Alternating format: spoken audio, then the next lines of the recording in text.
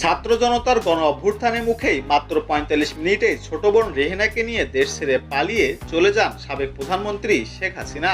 তখন দিল্লির কাছে গাজিয়াবাদের হিন্দন বিমান সেনার ঘাঁটিতেই রয়েছেন বাংলাদেশের সদ্য সাবেক প্রধানমন্ত্রী শেখ হাসিনা।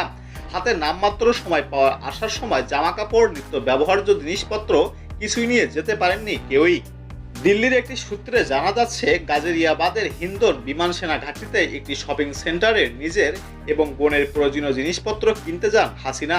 জামা কাপড়ের পাশাপাশি অন্যান্য জিনিসও কেনেন হাসিনা ও তার সহযোগীরা। সব মিলিয়ে ৩০,০০০ টাকার কেনাকাটা করেন তিনি। ভারতীয় মুদ্রায় দাম মেটাতে যান হাসিনা, কিন্তু কিছু কিছু টাকা কম পড়ে যায়। এরপর বাংলাদেশের মুদ্রা দিয়ে বাকির দাম মিটিয়ে দেন তিনি। খবর জিও নিউজ ইন্ডিয়ার।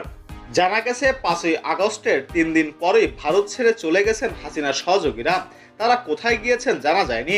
এদিকে শেখ হাসিনার বোন শেখ রেহেনা ব্রিটেনের নাগরিক। রেহেনার কন্যা টিউলিপ সেখানকার মন্ত্রীও, কিন্তু ব্রিটেনের অভিবাসন আইন অনুযায়ী ব্রিটেনে পা রাখতে পারছেন না হাসিনা। ভারতে কতদিন এভাবে থাকবেন শেখ হাসিনা তা নিয়ে এখনো চলছে আলোচনা। দিল্লির তরফে সব পক্ষের সঙ্গেই কথা চলছে। রাশিয়া, বেলারুশ, সংযুক্ত আরব আমিরাত সহ বিভিন্ন দেশের সঙ্গেও কথা চলছে।